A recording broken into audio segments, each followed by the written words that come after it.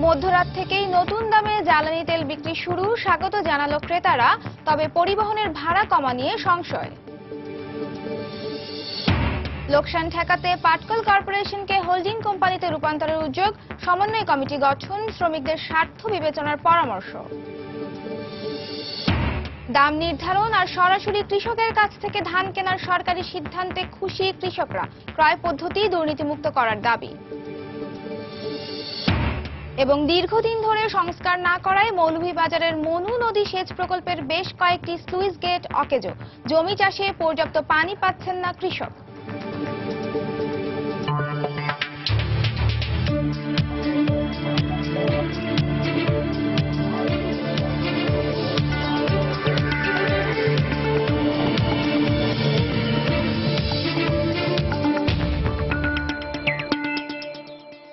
দেখছিলেন শিরোনাম। আমন্ত্রণ জানাচ্ছি দেশ ও দেশের বাইরের অর্থ বাণিজ্যের নানা খবর নিয়ে আমাদের নিয়মিত আয়োজন এ সময়ের বাণিজ্যে।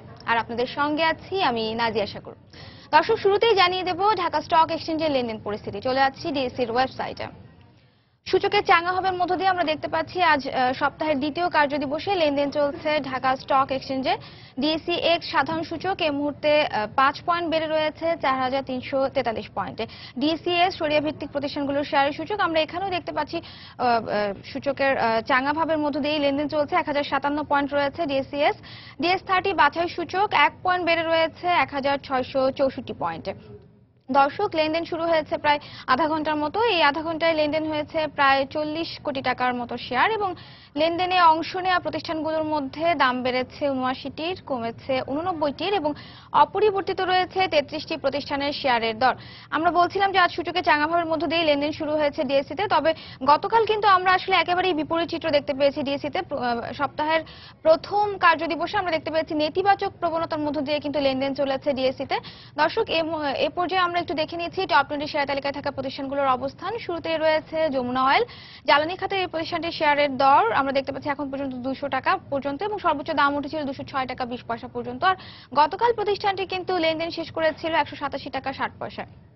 এনজিএলবিডি রয়েছে দ্বিতীয় অবস্থানে টপ 20 শেয়ার তালিকায়। এই প্রতিষ্ঠানটির সবশেষ দাম আমরা দেখতে পাচ্ছি 109 টাকা, সর্বোচ্চ দাম উঠেছিল 110 টাকা এবং সর্বনিম্ন 107 টাকা। আর গতকাল প্রতিষ্ঠানটির কিন্তু ক্লোজিং প্রাইস আমরা দেখতে পাচ্ছি 106 টাকা 50 পয়সা পর্যন্ত ছিল। মেঘনা পেট্রোলিয়াম জ্বালানি খাতের আরেকটি প্রতিষ্ঠান আজ রয়েছে টপ 20 শেয়ার তালিকার তৃতীয় অবস্থানে, যার সবশেষ দাম আমরা দেখতে পাচ্ছি 178 টাকা, সর্বোচ্চ দাম উঠেছিল 179 টাকা 50 পয়সা পর্যন্ত আজ এবং সর্বনিম্ন 169 টাকা। এছাড়া আমরা আরেকটিও দেখতে পাচ্ছি যে জানিয়ে দিচ্ছি যে গতকাল কিন্তু প্রতিষ্ঠানটি লেনদেন শেষ হয়েছিল 165 টাকা 60 পয়সা। পদ্মা ওয়েল রয়েছে চতুর্থ অবস্থানে, প্রতিষ্ঠানটির সবশেষ দাম 194 টাকা। এছাড়া গতকাল কিন্তু প্রতিষ্ঠানটি লেনদেন শেষ করেছিল 180 টাকায়। এরপরেই রয়েছে ডরিন পাওয়ার, টপ 20 শেয়ার তালিকার পঞ্চম অবস্থানে থাকা এই প্রতিষ্ঠানটির সবশেষ দাম আমরা দেখতে পাচ্ছি 66 টাকা 10 পয়সা, যা আজ সর্বোচ্চ দাম উঠেছিল 66 টাকা 70 পয়সা পর্যন্ত। এছাড়া প্রতিষ্ঠানটির গতকাল ক্লোজিং প্রাইস ছিল 65 টাকা 90 পয়সা। আইটিসি রয়েছে সপ্তম অবস্থানে এবং ষষ্ঠ অবস্থানে থাকা প্রতিষ্ঠান বাংলাদেশ সাবমেরিন কেবল কোম্পানি। এরপরে আমরা দেখতে পাচ্ছি অষ্টম অবস্থানে থাকা প্রতিষ্ঠান তিতাস গ্যাস। তিতাস গ্যাসের লাস্ট টেইং প্রাইস 45 টাকা 80 পয়সা, যা গতকাল কিন্তু ক্লোজিং প্রাইস ছিল 44 টাকা 80 পয়সা পর্যন্ত। United power generation and distribution রয়েছে নবম অবস্থানে। আমরা কিন্তু আজ দেখতে পাচ্ছি যে জ্বালানি খাতের প্রতিষ্ঠানগুলো কিন্তু টপ 20 শেয়ার তালিকার একেবারে শীর্ষে রয়েছে। শুরুটাই হয়েছিল যমুনা অয়েল দিয়ে টপ 20 শেয়ার তালিকার জ্বালানি খাতের প্রতিষ্ঠান এবং নবম অবস্থানে আমরা এসে আবার দেখতে পাচ্ছি united power generation and distribution এই প্রতিষ্ঠানটি এবং সবশেষ দাম আমরা দেখতে পাচ্ছি 162 টাকা এবং গতকাল কিন্তু প্রতিষ্ঠানটি লেনদেন শেষ হয়েছিল 160 টাকা 60 পয়সা। এরপরেই আমরা দেখতে পাচ্ছি দশম অবস্থানে থাকা প্রতিষ্ঠানটি, যার দেখতে পাচ্ছি ডিবিএইচ ডেল্টা ব্র্যাক, যার সবশেষ দাম 109 টাকা 70 পয়সা, সর্বোচ্চ দাম উঠেছিল 111 টাকা পর্যন্ত। এছাড়া গতকাল প্রতিষ্ঠানটি কিন্তু 2 টাকা কমে বিক্রি হয়ে লেনদেন শেষ করেছিল 107 টাকা 90 পয়সায়। বিএনআইসিএল রয়েছে টপ 20 শেয়ার তালিকার 11তম অবস্থানে। প্রতিষ্ঠানটির সবশেষ দাম আমরা দেখতে পাচ্ছি 17 টাকা 80 পয়সা, যা গতকালও কিন্তু 17 টাকা 80 পয়সায় তাদের লেনদেন শেষ করেছিল। সিএমসি কামাল রয়েছে টপ 20 শেয়ার তালিকার 12তম অবস্থানে। এরপরেই রয়েছে নর্দানের সবশেষ দাম আমরা দেখতে পাচ্ছি 263 টাকা 50 পয়সা, যা গতকাল লেনদেন শেষ করেছিল 258 টাকা 30 পয়সা। সোনারগাঁও রয়েছে টপ 20 শেয়ার তালিকার 14তম অবস্থানে। এই প্রতিষ্ঠানটির সবশেষ দাম 11 টাকা 50 পয়সা পর্যন্ত। গতকাল কিন্তু প্রতিষ্ঠানটির সবশেষ দাম ছিল 10 টাকা 50 পয়সা। সোনালী আঁশ রয়েছে 15তম অবস্থানে। এই প্রতিষ্ঠানটির সবশেষ দাম 130 টাকা 70 পয়সা। এরপরেই রয়েছে কাশিম ড্রাইসেল। কাশিম ড্রাইসেলের সবশেষ দাম আমরা এখন পর্যন্ত 75 টাকা 50 পয়সা। গতকালও কিন্তু প্রতিষ্ঠানটি 75 টাকা 50 পয়সাতেই তাদের লেনদেন শেষ করেছিল। এসপিসিএল রয়েছে 17তম অবস্থানে। সাজিবাজার পাওয়ার, এই প্রতিষ্ঠানটির সবশেষ দাম 105 টাকা 40 পয়সা। পাইওনিয়ার্স রয়েছে টপ 20 শেয়ার তালিকার 18তম অবস্থানে। প্রতিষ্ঠানটির সবশেষ দাম 34 টাকা 20 পয়সা, যা গতকাল ছিল 31 টাকা 90 পয়সা। বিথ হ্যাচারি টপ 20 শেয়ার তালিকার 19তম প্রতিষ্ঠান, যার সবশেষ দাম 11 টাকা 10 পয়সা। এছাড়া সবশেষ দাম টপ 20 শেয়ার তালিকার সবশেষ প্রতিষ্ঠান হচ্ছে ফুয়াং সিরামিক, যার সবশেষ দাম 16 টাকা 20 পয়সা এবং গতকাল কিন্তু প্রতিষ্ঠানটি 15 টাকা 90 পয়সা তাদের লেনদেন শেষ করেছিল। দর্শক, এই ছিল টপ ডিএসসির সবশেষ খবর আমার কাছে থাকা। পরের খবরে যাচ্ছি। বিদ্যুৎ ও জ্বালানি বিভাগের প্রজ্ঞাপন জারির পর মধ্যরাত থেকে কার্যকর হলো জ্বালানি তেলের নতুন দাম। তেলের দাম কমানোকে স্বাগত জানিয়েছেন সাধারণ মানুষ। তবে তেলের দাম কমলেও পরিবহন ভাড়া কমার বিষয়ে নজর দিতে সরকারের প্রতি আহ্বান জানিয়েছেন তারা। রোববার সন্ধ্যায় বিদ্যুৎ, জ্বালানি ও খনিজ সম্পদ মন্ত্রণালয় থেকে জারি করা এক প্রজ্ঞাপন অনুসারে রাত 12টা থেকে কমানো হয় সব ধরনের জ্বালানি তেলের দাম। ফিলিং স্টেশনগুলোতে নতুন দাম অনুযায়ী পেট্রোল ও অকটেনে 10 টাকা এবং ডিজেল ও কেরোসিনে 3 টাকা করে কমানো হয়েছে। দাম কমানোকে স্বাগত জানিয়েছেন জ্বালানি তেলের ক্রেতা ও বিক্রেতা। এখন তেল নিলাম আফটার 12, তাতে 10 টাকা করে, এখন 89 করে, আমাদের কালকে পর্যন্ত ছিল 99। আমি স্বাগত জানাই, আরো কিছুটা নমনীয় হলে আমাদের জন্য ভালো। 68 টাকা ছিল, মালিকদের অসুবিধা ছিল, এখন 3 টাকা কমাতে আমরা অনেকটাই খুশি। Definitely I am happy. 10 টাকা কমছে, ডেফিনেটলি হ্যাপি। ব্যবসায়ী হিসেবে সাময়িক ক্ষতি হয়েছে, যেহেতু আমার আগের কিনা আছে। সরকারের সিদ্ধান্ত এটা বরাবর আমরা মাইনে নেব। পরিবহন খাতে ভাড়া কমানোর বিষয়ে চালকদের মিশ্র প্রতিক্রিয়া দেখা গেলেও সরকার উদ্যোগ নিলে ভাড়া আরো কমবে বলে প্রত্যাশা যাত্রীদের। 3 টাকা কমছে লিটারে, এর উপরে এটা আমরা কিছু করতে পারতেছি না ভাইয়া। এমনিতেই আমাদের পরিবহন লসে আছি আমরা। মালিক পক্ষ এটা বসবে, তারপরে সিদ্ধান্ত নেওয়ার পরে আর কি। অন্যান্য জিনিস আলাদা এখন দাম কমায় না, এখানে তো অন্তত তেলের দাম কমে যাওয়ার কারণে বাংলাদেশে কমে যাওয়ার কথা, কিন্তু কোনোটা এখন কমে নেই। সরকার যদি এটা বলিষ্ঠ পদক্ষেপ নেয় তাহলে কমবে, নাইলে পাবলিকে কি কিছু করতে পারবো? পাবলিকের হাতে কি এগুলো কিছু আছে? চলতি বছরের শুরু থেকেই গত এক যুগের মধ্যে আন্তর্জাতিক বাজারে জ্বালানি তেলের দাম সর্বোচ্চ কমে ব্যারেল প্রতি $30 নিচে নেমে এলেও দেশের বাজারে এতদিন কমানো হয়নি জ্বালানি তেলের দাম। সবশেষ গেল 31 মার্চ ফার্নেস তেলের দাম কমানোর সিদ্ধান্তের সময়ই ঘোষণা ছিল অন্যান্য পণ্যগুলোরও দাম সমন্বয়ের। এমআর আমিন, সময় সংবাদ, ঢাকা। এই মুহূর্তে রাজধানীর আসাদ গেটে আছেন রিপোর্টার সেলিয়া সুলতানা। জ্বালানি তেলের দাম কমার বিষয়ে বিস্তারিত জানতে সরাসরি চলে যাচ্ছি তার কাছে।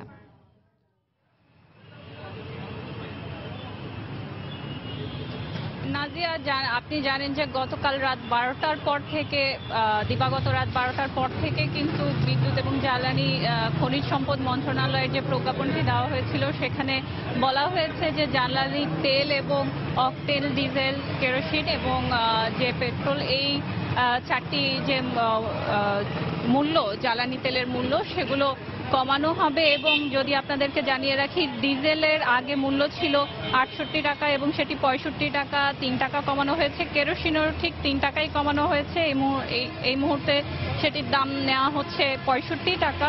এবং পেট্রোলে 96 টাকা ছিল যেটি, সেটি এখন 86 টাকা, 10 টাকা কমানো হয়েছে। এবং 10 টাকা কমানো হয়েছে অকটেন, সেটি 99 টাকা থেকে এখন 89 টাকা করে বিক্রি করা হচ্ছে।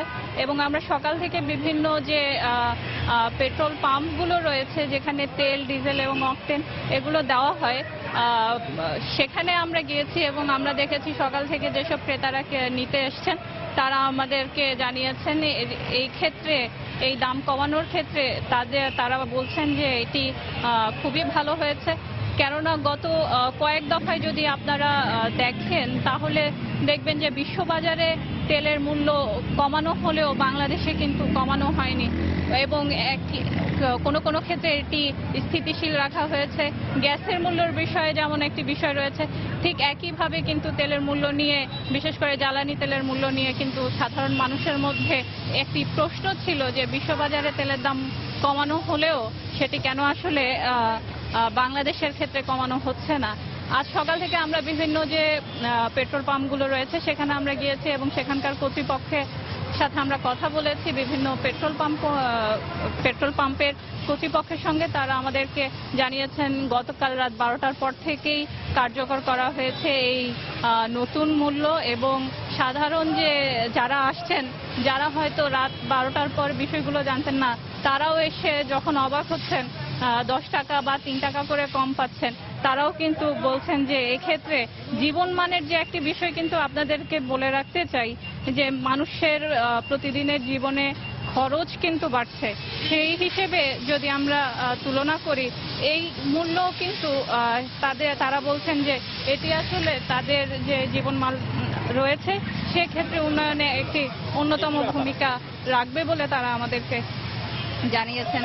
আরেকটি বিষয় আপনাদেরকে বলে রাখতে চাই যে বিশেষ করে রাতে আসলে সবচেয়ে বেশি জ্বালানি তেল নেয়ার জন্য ক্রেতারা পেট্রোল পাম্পগুলোতে ভিড় করেন, এবং রাতেই কিন্তু বড় বড় যে গণপরিবহনগুলো রয়েছে সেগুলো তেলগুলো লোড করে নিয়ে যান, এবং তারাও তাদেরকে আমরা জিজ্ঞেস করেছি ভাড়া কমানোর, পাবলিক পরিবহনগুলোতে, গণপরিবহনগুলোতে ভাড়া কমানোর কোনো পরিকল্পনা তাদের রয়েছে কিনা। যদিও এটি নিয়ে তারা বলছেন যে যেসব মালিক সমিতি রয়েছে, পরিবহন কর্তৃপক্ষ যারা রয়েছেন, তারাই আসলে এটার বিষয়ে আলোচনা করে সিদ্ধান্ত নিতে পারেন। যাত্রীরাই আমাদেরকে এই বিষয়গুলো জানিয়েছেন যে যদি ভাড়া কমানো হয়, যেহেতু জ্বালানি তেলের দাম কমানো হয়েছে, সেক্ষেত্রে যাত্রীদেরকে যারা গণপরিবহন ব্যবহার করেন তাদের জন্য এটি উপকৃত হয়। নাজিয়া, এই ছিল আসলে সর্বশেষ সংবাদ। মধ্যরাত থেকে জ্বালানি তেলের নতুন দাম কার্যকর হয়েছে, আর জ্বালানি তেলের দাম কমার এই খবর আমরা জানছিলাম সহকর্মী সেলিয়া সুলতানার কাছ থেকে। লোকসান ঠেকাতে বাংলাদেশ পাটকল কর্পোরেশন বিজেএমসি কে হোল্ডিং কোম্পানিতে রূপান্তরের উদ্যোগ নিচ্ছে সরকার। প্রথম পর্যায়ে নতুনভাবে চালু করা 5টি কারখানা হোল্ডিং করতে অর্থ মন্ত্রণালয়ের সঙ্গে আলোচনা চলছে বলে জানিয়েছে পাট মন্ত্রণালয়। এজন্য গঠন করা হয়েছে সমন্বয় কমিটি। আর চূড়ান্ত সিদ্ধান্ত নেওয়ার আগে শ্রমিকদের স্বার্থ বিবেচনার পরামর্শ বিজেএমসির। অন্যদিকে সরকারের এমন উদ্যোগ সফল হবে না বলছেন শ্রমিক নেতারা। তবে এক্ষেত্রে শ্রমিক ছাঁটাই করা হলে তাদের বিকল্প কর্মসংস্থান করে দেওয়ার পরামর্শ সংশ্লিষ্টদের। কাজল আব্দুল্লাহর রিপোর্ট। 80-র দশক পর্যন্ত রপ্তানি আয় সিংহভাগ পাট শিল্পের মাধ্যমে হলেও এরপর থেকেই দুর্দশাগ্রস্ত হয়ে পড়ে এ খাত। সরকারের বিভিন্ন পদক্ষেপ থাকা সত্ত্বেও বিজেএমসির অধীনস্থ পাটকলগুলো প্রতি বছর গুনছে শত শত কোটি টাকার লোকসান। শিল্পের উন্নয়ন ও শ্রমিকদের কর্মসংস্থানে বর্তমান সরকার 2009 সালে ক্ষমতায় এসে বন্ধ 5টি পাটকল পুনরায় চালু করে, কিন্তু নতুনভাবে কার্যক্রম শুরু পরও সাফল্য পায়নি রাষ্ট্রায়ত্ত প্রতিষ্ঠানটি। এমন পরিস্থিতিতে লোকসান কমাতে পাটকলগুলো বেসরকারি খাতে ছেড়ে দেওয়ার উদ্যোগ নিয়েছে সরকার। তবে উন্নয়নের ক্ষেত্রে এমন সিদ্ধান্ত বাস্তবায়নে শ্রমিকদের স্বার্থ বিবেচনায় নেওয়ার পরামর্শ বিজেএমসির। এটা হোল্ডিং কোম্পানি করে যদি ভালো হয়, সরকার অবশ্যই এদিকে যাওয়া উচিত। আমাদের এই পাটকলগুলোতে কিন্তু এটা কিন্তু একটা লেবার ওরিয়েন্টেড কিন্তু অর্গানাইজেশন।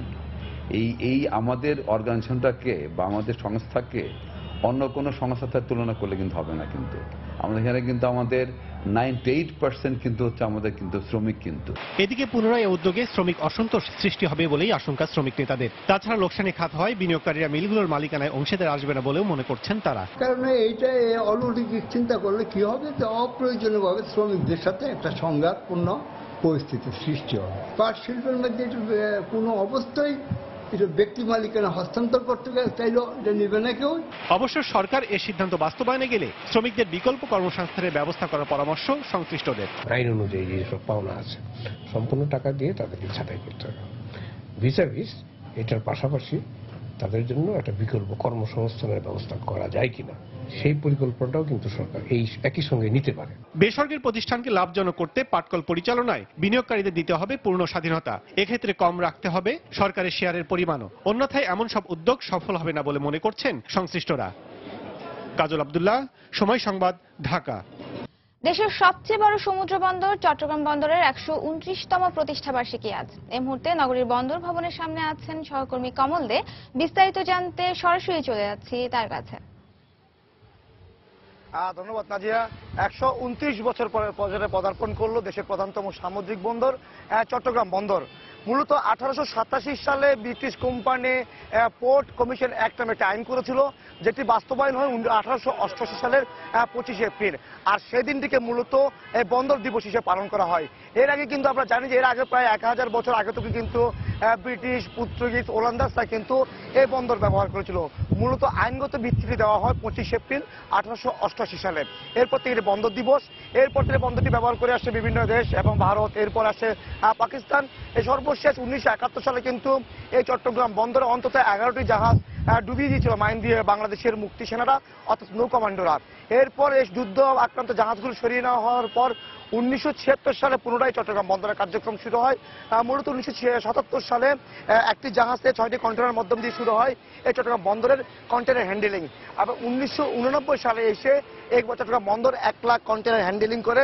এর পরবর্তীতে গত বছর চট্টগ্রাম বন্দর 20 মিলিয়ন ক্লাবে অন্তর্ভুক্ত হয়েছে, অর্থাৎ গত বছর 2015 সালে চট্টগ্রাম বন্দর 20 মিলিয়ন কন্টেনার হ্যান্ডেলিং করেছে, যেটি একটি অনন্য রেকর্ড। পৃথিবীর মধ্যে যে কয়টি বন্দর আছে উন্নত মানের বন্দর, তার মধ্যে চট্টগ্রাম বন্দর এখন একটি সে বন্দর ধরনের একটা স্বীকৃতি পেয়েছে।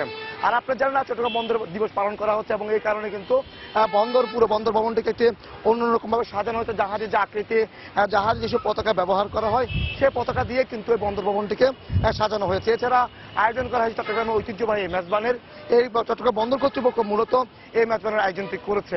আপনারা জানেন যে এবছর তারা টার্গেট ছিল যে 2016 সালের মধ্যে চট্টগ্রাম বন্দর 20 লাখ কন্টেনার হ্যান্ডেলিং করবে, কিন্তু যা 1 বছর আগে অর্জিত হয়েছে, যে কারণে এবার তাদের টার্গেট হচ্ছে প্রায় 22 লাখের বেশি কন্টেনার।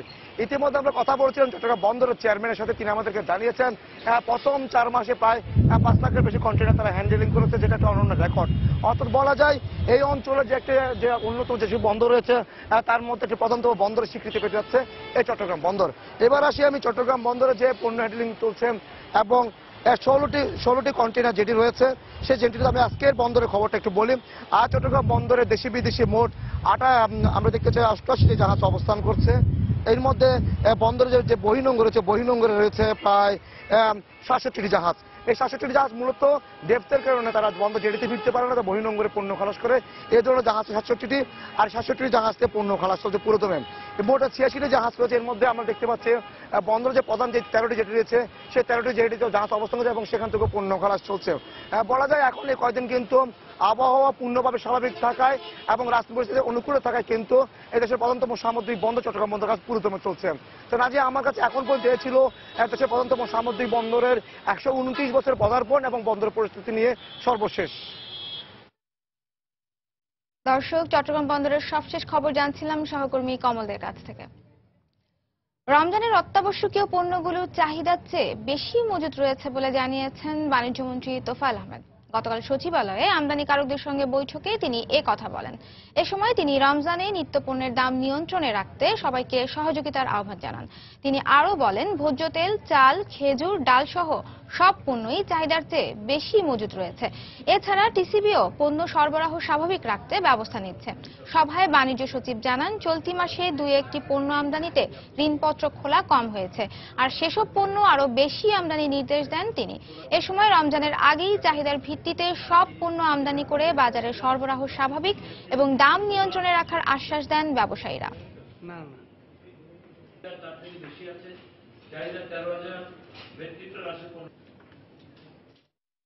আমরা আশা করবো অতীতের মতো এবারও আপনারা সেভাবে যথেষ্ট দায়িত্ব পালন করবেন। কেউ যদি অসৎ উদ্দেশ্য নিয়ে যদি বাজারে কোনো সংকট সৃষ্টি করতে চায়, কৃত্রিম সংকট সৃষ্টি করতে চায়, তাহলে কিন্তু সেটা আমাদের কারোর জন্য মঙ্গল হবে না এবং এইটা আমরা কিছুতেই করতে দিব না। সেই জন্য যা যা করা দরকার আমাদের মন্ত্রণালয়ের তরফ থেকে আমরা সেটা করব। রিজার্ভের অর্থ দ্রুত ফেরত পাওয়া নিয়ে সংশয় জানিয়ে অর্থ প্রতিমন্ত্রী এম.এ. মান্নান বলেছেন, সরকারি ব্যাংকগুলোর সংস্কারের প্রয়োজন। গতকাল সচিবালয়ে গণমাধ্যমের প্রতিনিধিদের সঙ্গে প্রাক বাজেট আলোচনায় তিনি কথা বলেন।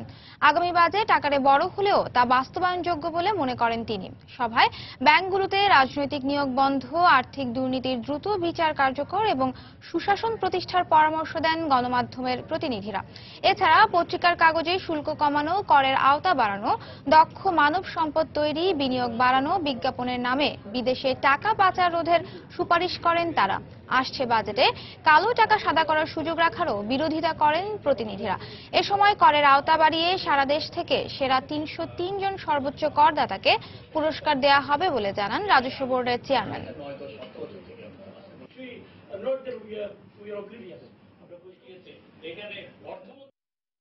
ইট ইজ এন ইনস্টিটিউশন বা এর নিজস্ব একটা ব্যক্তিত্ব আছে, থাকা উচিত বলে আমরা মনে করি। এটা গণতন্ত্রের প্রয়োজনে, অর্থনৈতিক শৃঙ্খলার প্রয়োজনে, পৃথিবীর অন্যান্য রাষ্ট্রে তাই আছে। আমরা চাই যে আমাদের এই সেন্ট্রাল ইনস্টিটিউশনটা সেইভাবে গড়ে উঠুক। ফিলিপিন ওয়ান্ডারফুল রাষ্ট্র, তারা তাদের কাজ করছে, কিন্তু ওই যে টাকা একবার বলে কালকেই দিয়ে দিবে, আবার বলে সময় লাগবে, এটা নিয়ে একটা আমার মনে প্রথম থেকে সন্দেহ ছিল। এখন আমি মনে করি দে আর প্লেয়িং, অনেকগুলো খেলছে এটা নিয়ে, ইচ্ছাকৃত নয়, বাট তাদের সিস্টেমই এরকম। হাওয়ার আমরা আমাদের ওয়েতে ফলো আপ। ধানের দাম নির্ধারণ আর সরাসরি কৃষকের কাছ থেকে ধান কেনার সরকারি সিদ্ধান্তে দারুণ খুশি কৃষকরা। কৃষি বিভাগ বলছে সরকারের এমন সিদ্ধান্ত যুগোপযোগী। তবে কৃষক নেতারা বলছেন ধান ক্রয় পদ্ধতি দুর্নীতিমুক্ত না হলে কৃষকদের কোনো লাভ হবে না। গাইবান্ধা থেকে আরো জানাচ্ছেন হেদায়েতুল ইসলাম বাবু, ছবি তুলেছেন ওবায়দুল ইসলাম। গ্রীষ্মের প্রকৃতিতে খরতাপ, গরমের তীব্রতা বাড়ার সাথে সাথে সবুজ ধান ক্ষেতগুলোতে এখন সোনালী রঙের হাতছানি। ফসলের মাঠ জুড়ে সোনালী ধানের শীষে বৈশাখের রোদ কৃষকের মনে যুক্ত করেছে অন্যরকম এক আনন্দ। একদিকে বোরোর আবাদে বাম্পার ফলন, অন্যদিকে সরকারের ন্যায্য দাম নির্ধারণ ও সরাসরি কৃষকদের কাছ থেকে ধান কেনার ঘোষণায় দারুণ খুশি কৃষকেরা। জমিতে যে পরিমাণ ক্ষয় খরচ হচ্ছে আমরা তা বহন করতে পারতেছি না, তো এই 920 টাকা দরে যদি ধান হয় তাহলে আমরা অত্যন্ত খুশি। সরকার যদি নিজ হাতে কেনে তাহলে আমাদের নষ্ট করতে হবে না, তাহলে আমাদের লাভ হবে। তবে কোন কোন কৃষকের মতে সরকার ঘোষণা দিলেও কৃষকের গোলা থেকে সরকারের গোডাউনে ধান দেয়া সহজ নয়। আমি নিজে ধান নিয়ে গেছিলাম গোডাউনে, আমাকে সেখানে বলছিল যে এই ধানগুলা শুকনা নয়, এগুলা ড্যাম ধান, এগুলা চলবে না। পরে ওই চাতালে আমি রোদ দিছি, 2 দিন রোদ দেওয়ার পরও আমাকে ড্যাম বলছে। কৃষি কর্মকর্তা মনে করেন এতে কৃষকেরা লাভবান হবে। এমন সিদ্ধান্তকে ইতিবাচক হিসেবে দেখলেও হয়রানি ও দলীয়করণ মুক্ত ক্রয় পদ্ধতির দাবি কৃষক নেতাদের। এই মূল্যে বাজার দর যদি আমরা চালু রাখতে পারি, বিশেষ করে কৃষকের ন্যায্য মূল্য পাওয়ার ব্যাপারে, তাহলে এটা সরকারের জন্য একটা বিশাল পদক্ষেপ। যেভাবে ন্যায্য মূল্যে চাল বিক্রি করে সরকার, ঠিক একইভাবে হাটে হাটে ক্রয় কেন্দ্র খুলে সরাসরি কৃষকদের কাছ থেকে ধানটা ক্রয় করতে পারে। জেলায় 1,27,125 হেক্টর জমিতে ধান আবাদ হয়েছে। লক্ষ্যমাত্রা ধরা হয়েছে 5,28,786 মেট্রিক টন। হেদায়েতুল ইসলাম বাবু, সময় সংবাদ, গাইবান্ধা। দীর্ঘদিন ধরে সংস্কার না করায় মৌলভীবাজারের মনু নদী সেচ প্রকল্পের বেশ কয়েকটি স্লুইস গেট অকেজো হয়ে পড়েছে। আর পর্যাপ্ত পানির প্রবাহ না থাকায় দিন দিন ভরাট হয়ে যাচ্ছে গেট সংলগ্ন খালগুলো। এতে জমি চাষে পর্যাপ্ত পানি পাচ্ছেন না কৃষকরা। তবে কৃষিকাজের জন্য প্রয়োজনীয় পানি সরবরাহে কোনো সমস্যা নেই বলে দাবি প্রকল্পটির নির্বাহী কর্মকর্তার। শাহ অলিদুর রহমানের পাঠানো তথ্য ও ছবি নিয়ে ডেস্ক রিপোর্ট। মৌলভীবাজারের রাজনগর উপজেলায় 1983 সালে চালু হয় মনু নদী সেচ প্রকল্প। প্রকল্পটির প্রায় 40 কিলোমিটার ক্যানেলের মাধ্যমে পানি দিয়ে চাষাবাদ করা হয়। তবে দীর্ঘদিন সংস্কারের অভাবে এসব ক্যানেলের অধিকাংশ স্লুইস গেট অকেজো হয়ে পড়েছে। অন্যদিকে পলি জমে ভরাট হয়ে যাওয়ায় বেশ কয়েকটি ক্যানেলে পানি সরবরাহ পুরোপুরি বন্ধ হয়ে গেছে। এতে ক্যানেল সংলগ্ন বেশ কিছু ফসলি জমি পরিণত হয়েছে গোচারণ ভূমিতে। খালেদি পানি আয় না, কোন কুদানি নাই, এমনি পানি আসতে থাকে, পানি লাগিয়ে আতারে বাতারে পানি জমি দিয়ে যায় না। বন্ধ হওয়ার কারণে আমরা সঠিকভাবে পানি পারাম না পাওয়ার কারণে অনেক জমিন নষ্ট হয়ে যায়। কেনালগুলা এই শুরুতে যে খনন করা হয়েছিল, আমরা জন্মের পর তাকে আর দেখছি না এগুলা খনন হইতে। এদিকে পর্যাপ্ত পানি সরবরাহের অভাবে কৃষকরা সঠিকভাবে ফসল ফলাতে পারছেন না বলে দাবি জেলা কৃষি অধিদপ্তরের। তবে এ ব্যাপারে একমত নন পানি উন্নয়ন বোর্ডের নির্বাহী প্রকৌশলী। মূল ক্যানেলের সাথে সংযুক্ত সেকেন্ডারি এবং প্রাইমারি যে ক্যানেলগুলো আছে, এই ক্যানেলগুলোর কিছুটা সংস্কার করা প্রয়োজন। সার্বিক সংস্কার করা সম্ভব হলে কৃষকগণ সময় মতো সেচের পানি পাবেন এবং ওই এলাকার উপযোগী ফসল সমূহ আবাদ করতে সক্ষম হবে। কৃষকের চাহিদা যে ডিমান্ড আছে সেরকম আমরা কোনো অভিযোগ এখন পর্যন্ত পাইনি এবং আমরা যে পরিমাণ পানি দেই তাতে প্রায় সব জায়গায় চাষাবাদ হয়। মৌলভীবাজারকে বর্ষায় বন্যার হাত থেকে রক্ষা এবং শুষ্ক মৌসুমে পানি সরবরাহের মাধ্যমে কৃষিকাজের সুবিধার্থে শহরতলির মাতারকাপন এলাকায় প্রায় 100 কোটি টাকা ব্যয়ে চালু হয় মনু নদী সেচ প্রকল্প। সময় সংবাদ, মৌলভীবাজার। মধ্যম আয়ের দেশে পরিণত হলে দেশের মানুষের খাদ্যাভ্যাসে অনেক পরিবর্তন আসবে। তাই ভবিষ্যতের চাহিদা বিবেচনায় সরকারকে ফসলের বহুমুখীকরণ, কৃষকের দক্ষতা বৃদ্ধি ও নিরাপদ খাদ্য উৎপাদনে পদক্ষেপ গ্রহণের আহ্বান জানিয়েছেন কৃষি অর্থনীতিবিদরা। বঙ্গবন্ধু আন্তর্জাতিক সম্মেলন কেন্দ্রে বাংলাদেশ উন্নয়ন গবেষণা প্রতিষ্ঠান BIDS এর উদ্যোগে অর্থনীতিতে কৃষির অবদান শীর্ষক সেমিনারে অর্থনীতিবিদরা এ পরামর্শ দেন। সেমিনারে উপস্থাপিত মূল প্রবন্ধে প্রতিষ্ঠানের জ্যেষ্ঠ গবেষক রুশিদান ইসলাম রহমান বলেন, মাথাপিছু জমির পরিমাণ ও কৃষি শ্রমিকের সংখ্যা কমার সাথে সাথে জিডিপিতে কৃষির অবদান দিন দিনই কমছে।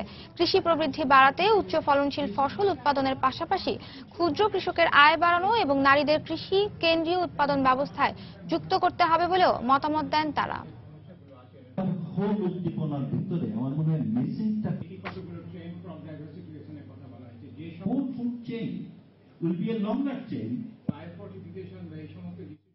সাভারের রানা প্লাজা ধসে নিহতদের স্মরণে মিলাদ মাহফিল করেছে বাংলাদেশের পোশাক প্রস্তুত ও রপ্তানিকারকদের সংগঠন BGMA।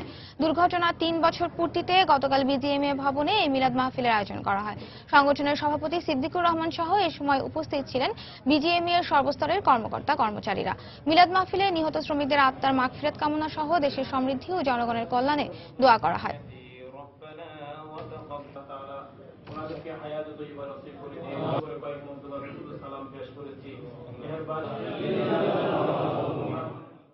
রাজধানীর বসুন্ধরা আন্তর্জাতিক কনভেনশন সিটিতে আজ থেকে শুরু হয়েছে দুদিনের ডেনিম শো। সেখানে আছেন সহকর্মী জুবায়ের ফয়সাল।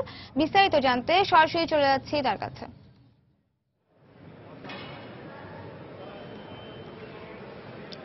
নাজিয়া, আপনাকে ধন্যবাদ।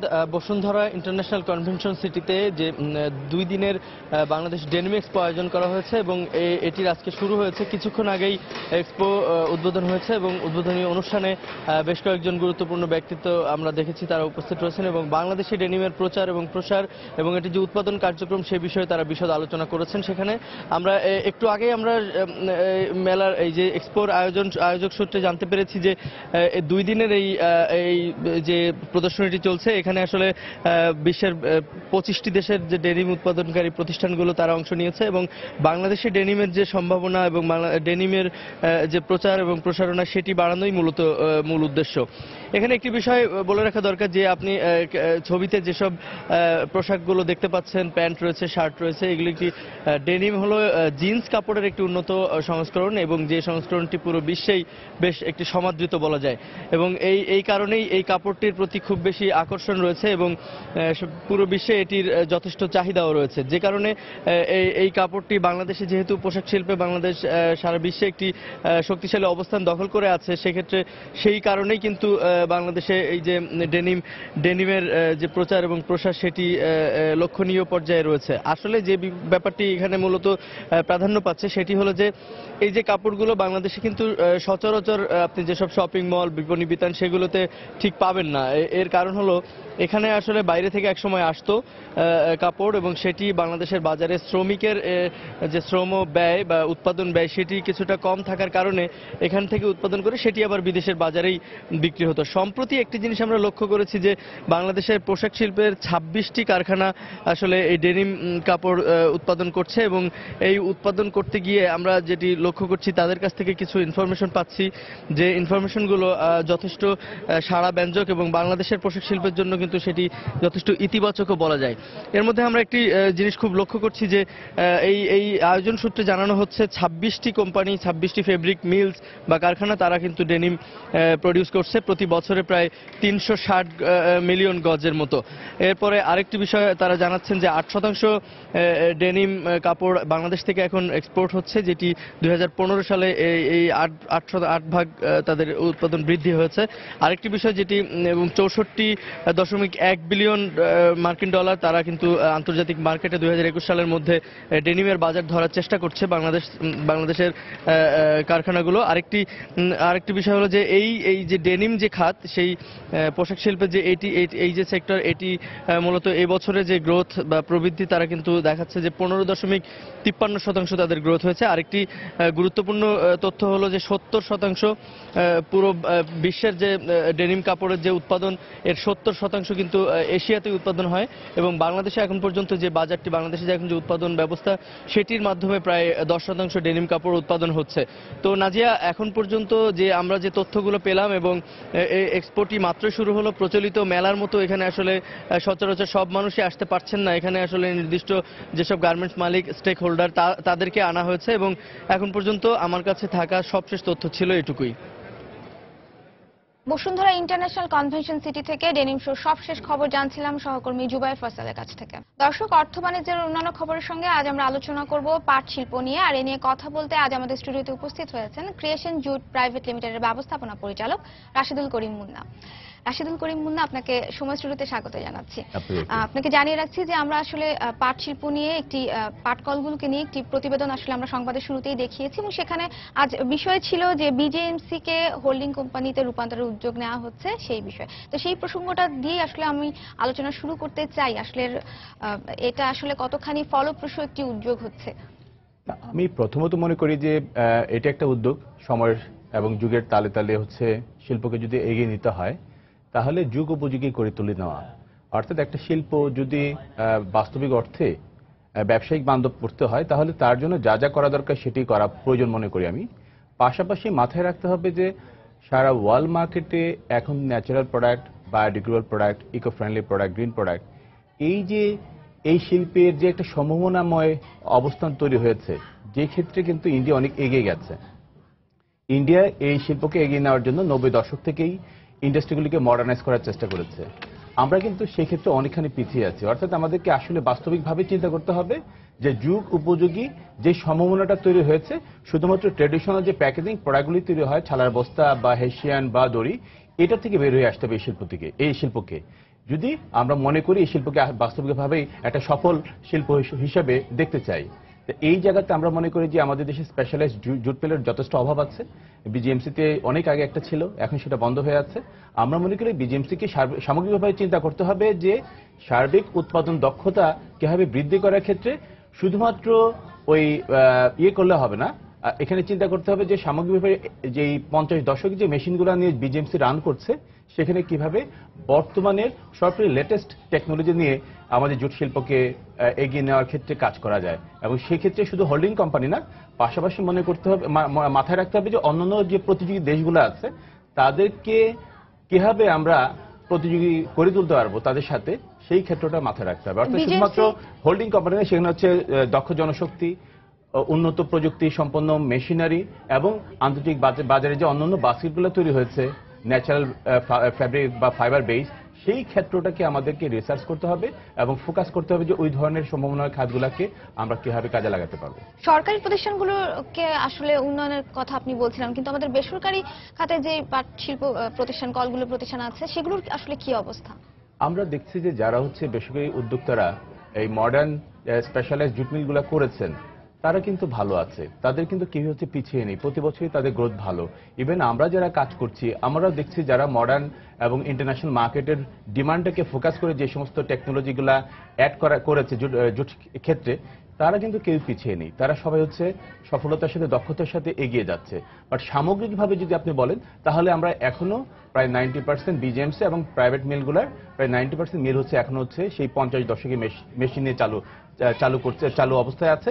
এবং সেই কারণে তাদের যে সীমিত যে পরিধি মার্কেটিং এর, সেই পরিধিগুলো যখনই একটা সমস্যার সম্মুখীন হচ্ছে, ইন্টারন্যাশনাল আপনি জানেন যে আমরা ইউরোপে এখন রিসেশন যাচ্ছে, আমেরিকাতে রিসেশন ছিল, এখন একটু উত্তরণ হয়েছে, আমাদের মিডল ইস্টে হচ্ছে আনস্টেবল সিচুয়েশনটা যাচ্ছে, যে কারণে আমরা মূলত ইয়ার্নটা সাপ্লাই দিতাম বা আমাদের হচ্ছে প্যাকেজিং প্রোডাক্টে কিছু কিছু এরিয়াতে আমরা সাপ্লাই দিতাম। তো ইন্টারন্যাশনাল মার্কেটে এই আনস্টেবল সিচুয়েশনগুলোর কারণে কিন্তু আমাদের জুট ইন্ডাস্ট্রিগুলি থমকে আছে। কিন্তু অন্যান্য যে এরিয়াগুলো আছে, হোম টেক্সটাইল আছে, হাউস হোল্ড প্রোডাক্ট আছে, ইনডোর প্রোডাক্ট আছে, গার্ডেনিং প্রোডাক্ট আছে, লাইফস্টাইল প্রোডাক্ট আছে, এই জায়গাগুলোতে কিন্তু এই জুটের মেটেরিয়ালস যে আমাদের যে ফাইবার, ইয়ার্ন বা ফ্যাব্রিক, এগুলিটিকে ব্যবহার করার একটা চমৎকার সুযোগ কিন্তু আছে, যেটা হচ্ছে চায়নাতে তারা উৎপাদন করছে না, কিন্তু আমাদের থেকে ইম্পোর্ট করে তারা তৈরি করে এক্সপোর্ট করছে, ইন্ডিয়া তৈরি করে এক্সপোর্ট মানে করছে। আমরা সুযোগ থাকা সত্ত্বেও ওই জায়গাগুলোতে আসলে আমরা সুযোগগুলো কাজে লাগাতে পারছি না। আমাদেরকে আসলে সামগ্রিকভাবে চিন্তা করতে হবে যে ওই মার্কেটকে ফোকাস করে আমাদের এই যে পৃথিবীর সবচেয়ে ভালো কোয়ালিটির র মেটেরিয়ালসটা আছে এটা কিভাবে কাজে লাগাতে পারবো, সেই টেকনোলজিটাকে আমাদেরকে আসলে সিরিয়াসলি চিন্তা করতে হবে। এবং সেই ক্ষেত্রে যদি আমরা স্পেশালাইজ জুট মিলগুলো তৈরি করতে পারি, যেটা প্রাইভেট মিলে কয়েকজন করেছে, তারা কিন্তু ভালো করছে, সেক্ষেত্রে বিজিএমসিকেও চিন্তা করতে হবে, অন্যদেরকে চিন্তা করতে হবে। পাশাপাশি আমাদেরকে মাথায় রাখতে হবে শুধুমাত্র জুটটা শুধু প্যাকেজিং প্রোডাক্টের মধ্যে সীমাবদ্ধ নেই, এটা হচ্ছে হাইটেকে চলে গেছে। আমরা জানি যে গাড়ির যে পার্টসগুলো আছে সেগুলি কিন্তু জুট থেকে তৈরি হচ্ছে, যেটাকে আমরা টেকনিক্যাল টেক্সটাইল প্রোডাক্ট বলি। তো সেই জায়গাগুলোকে আমাদের ভাবতে হবে, তাহলে আমাদের যেই পিছিয়ে পড়ার যে সুযোগটা তৈরি হয়েছে আমরা যদি সামনে এগোতে চাই, তাহলে আমাদেরকে আসলে বাস্তবিকভাবে সমন্বিত একটা পরিকল্পনা নিয়ে এগিয়ে যেতে হবে, নাহলে কিন্তু আমরা পারবো না। এই ভাবনার জায়গাতে আসলে নতুনরা কতখানি এগিয়ে আসছে? আমি মনে করি আপনাদের মাধ্যমে আমি বলতে চাই সরকার যথেষ্ট পজিটিভ এই মুহূর্তে। আগের দিনগুলোতে আমরা সেটা দেখিনি। বিশেষ করে আমাদের মাননীয় প্রধানমন্ত্রী মার্চের 6 তারিখে একটা ঘোষণা করেছে, দীর্ঘ 45 বছর পর, দুঃখজনক হলেও সত্য, পাটটা কৃষি পণ্য, কিন্তু কৃষি পণ্য হিসেবে ঘোষণা হওয়ার সুযোগটা পেয়েছে জাস্ট গত মাসে, যেটা আমরা মনে করি বর্তমান সরকার একটা পজিটিভ সাইড। এবং এই সেক্টরটাকে সামগ্রিকভাবে উন্নয়নের জন্য চিন্তা করছেন। শুধু চিন্তা করলে হবে না, আমরা দেখতে চাই একটি সমন্বিত পরিকল্পনা নিয়ে আমরা কিভাবে একটি বড় পরিসরে এই সেক্টরটাকে নিয়ে যেতে পারবো। আমরা বিশ্বাস করি যে পাট খাতে যে সম্ভাবনাটা আছে, একটা উদাহরণ দিই, আগামী বছর থেকে সারা ইউরোপে একযোগে 26টা দেশে প্লাস্টিক ব্যাগ ব্যান হতে যাচ্ছে, যেখানে প্রায় 25 থেকে 26 বিলিয়ন শপিং ব্যাগ ব্যবহার হয়। সেখানে যদি আমরা অন্তত 1 বিলিয়ন শপিং ব্যাগের ব্যবহারটিকে নিশ্চিত করতে পারি এবং এই ভাবনাটা যদি আমরা বাস্তবে রূপ দিতে পারি, আমরা মনে করি $1 বিলিয়ন যে মার্কেট সাইজটা আছে জুটের, সেটা কয়েক বিলিয়ন ডলারে উন্নীত করা সম্ভব এবং সেই ক্ষেত্রে 3 থেকে 5 লক্ষ লোকের কর্মসংস্থান সৃষ্টি হওয়া সম্ভব। অর্থাৎ এত সম্ভাবনাটা আছে, কিন্তু সমস্যাটা ছিল এই সেক্টরটাকে কেন জানি একটা নেগেটিভ একটা ইমেজ নিয়েই রান করছিল। আমরা বিশ্বাস করি যে বর্তমানে যারা নতুন নেতৃত্বে আসছেন, পাট মন্ত্রণালয়ের প্রতিমন্ত্রী মহোদয় হচ্ছে দায়িত্ব নিয়ে কথা বলছেন গত কয়েক মাস ধরে, আমরা এটার বাস্তব প্রতিফলন দেখতে চাই এবং বিশেষ করে রপ্তানি নীতিতে এই সেক্টরটাকে আরো বুস্ট আপ করার জন্য কিভাবে একটি সামগ্রিক নীতিও করা যায়, ফাইন্যান্সিয়াল সেক্টরগুলোকে কিভাবে সাপোর্ট দেওয়ার ক্ষেত্রে একটা সমন্বিত উদ্যোগ নেওয়া যায়। বিশেষ করে বাংলাদেশ ব্যাংকের যে ফান্ডগুলো আছে অন্যান্য সেক্টরগুলোকে বুস্ট আপ করার ক্ষেত্রে সাহায্য করছে, এই সেক্টর কিন্তু সেটা ছিল না। আমরা মনে করি বাংলাদেশ ব্যাংকে এই ব্যাপারে যদি এগিয়ে আসার একটা সুযোগ তৈরি করা যায় এবং সেক্ষেত্রে নতুন উদ্যোক্তারা যদি এই সম্ভাবনার জন্য সাপোর্টটা পায়, অর্থাৎ একটা আমব্রেলা পায়, তাদের পক্ষে ইন্ডাস্ট্রি করা সম্ভব না। তারা যদি ভালো কোয়ালিটির মেটেরিয়ালসগুলো পায়, উদাহরণ দিচ্ছে বাংলাদেশে মাত্র ডাইভার্সাইড পাট তৈরি করার জন্য 4 থেকে 5 রকম ফ্যাব্রিক আছে, ইন্ডিয়াতে প্রায় 100 উপর ফ্যাব্রিক আছে। অর্থাৎ আমি যখন হচ্ছে সেক্টরকে প্রোডাক্ট গ্রুপকে আমি হচ্ছে ডেভেলপ করতে চাবো, তখন কিন্তু আমার মেটেরিয়ালসটা লাগবে, আমাদের ডাইংটা লাগবে, আমাদের লেমিনেশন লাগবে, অ্যাক্সেসরিজটা লাগবে। এই বিষয়গুলোকে আসলে যদি একটা সমন্বিতভাবে স্পেশালাইজড জুট মিল তৈরি করা যায়, তাহলে নতুন উদ্যোক্তারা র মেটেরিয়ালস পাবে এবং অনেক উদ্যোক্তা এগিয়ে আসতে সাহায্য করবে, সাহসী করবে এবং যে সম্ভাবনাটা দ্বার উন্মোচিত হয়েছে সেটাকে একটু পিছিয়ে দেরিতে হলেও আমরা কাজে লাগাতে পারবো। এখন তো আসলে বলা হচ্ছে যে পাটের আসলে সুদিন ফিরে আসতে শুরু করেছে। আপনি বলছিলেন যে দেশের বাইরে আমাদের প্রোডাক্টের কি পরিমাণ চাহিদা হতে যাচ্ছে ইউরোপে, কিন্তু আমরা তো সেই ব্যবহারটা আসলে এখন দেশের ভেতর থেকেই শুরু করছি, যেহেতু আমরা প্লাস্টিকের ব্যাগ ব্যবহার করার পরিবর্তে পাটের বস্তা ব্যবহার করা শুরু করেছি। সেক্ষেত্রে আসলে কি কোনো পরিবর্তন দেখতে পাচ্ছেন কিনা? অবশ্যই, কারণ আমার জানা মতে গত 6-7 মাস আগেও জুট মিলগুলো যতগুলো ছিল তার অর্ধেক মিল বন্ধ ছিল। অর্থাৎ আমি যেটা শুরুতে বলেছিলাম যে ইন্টারন্যাশনাল মার্কেটের যেই বিভিন্ন চ্যালেঞ্জগুলো আসে, তখন যে কোনো একটা চ্যালেঞ্জ সামনে আসলেই আমাদের ইন্ডাস্ট্রিগুলো হচ্ছে র মেটেরিয়াল সাপ্লাইগুলো বন্ধ হয়ে যায়, অর্থাৎ তাদের উৎপাদন যখন কমে যায় এবং আমাদের ইন্ডাস্ট্রিও থমকে যায়। সেই ক্ষেত্রে আমাদের স্থানীয় বাজার যদি সম্প্রসারিত হয়, স্থানীয় বাজার যদি শক্তিশালী হয় এবং সেটা যে কোনো ইন্ডাস্ট্রির জন্য প্রযোজ্য, তাহলে আমাদের যে জুট মিলগুলোর যে বিভিন্ন চ্যালেঞ্জগুলো আছে, ইন্টারন্যাশনাল মার্কেটের যে চ্যালেঞ্জগুলো আসবে, সেই ক্ষেত্রে এখানে যদি 40 থেকে 50% হচ্ছে আমরা যদি লোকাল কনজাম্পশন করতে পারি, যেটা কিন্তু ইন্ডিয়াতে হয়েছে, ইন্ডিয়াতে 90 দশকে হয়েছে এবং আপনারা জানেন যে ইন্ডিয়াতে টোটাল ম্যানুফ্যাকচারিং এর 80% কিন্তু লোকাল মার্কেটে ব্যবহার হয়। আমাদের এখানে যেটা অবস্থান ছিল মাত্র 2 থেকে 3%। আমরা মনে করি এই উদ্যোগটা একটি যথার্থ উদ্যোগ এবং এই উদ্যোগে আপনাদের মাধ্যমে আমি জনগণকে বলতে চাই, প্রাথমিকভাবে একটু কস্টলি হলেও প্লাস্টিক ব্যাগের সাথে কম্পেয়ার করলে, তারপরে যদি দেশীয় পণ্য হিসেবে একটা শিল্পকে বাঁচানোর জন্য যদি আমরা চিন্তা করি, তাহলে আমরা জনমত নির্বিশেষে যদি এগিয়ে আসতে পারি, তাহলে এই সেক্টরের যে চ্যালেঞ্জগুলা এই মুহূর্তে আছে স্থানীয় বাজার সম্প্রসারণের মাধ্যমে অন্তত এটা দূর হবে। এবং আমরা মনে করি গ্র্যাজুয়ালি আমি যে কথাগুলি বলছি ইন্টারন্যাশনাল মার্কেটের সম্ভাবনা সেটাকে আমরা গ্র্যাজুয়ালি কাজে লাগাতে পারবো, কারণ এটা ডে নাইটের ইন্ডাস্ট্রি কিন্তু ডে নাইট হওয়া সম্ভব না। অন্তত এটা থেকে 2 থেকে 3 বছরের একটা নার্সারি করতে হবে, প্রপার পলিসি অ্যাডাপ্ট করতে হবে, ইমপ্লিমেন্টেশন করতে হবে, মডার্ন মেশিনগুলোকে অ্যাকোমোডেশন করতে হবে।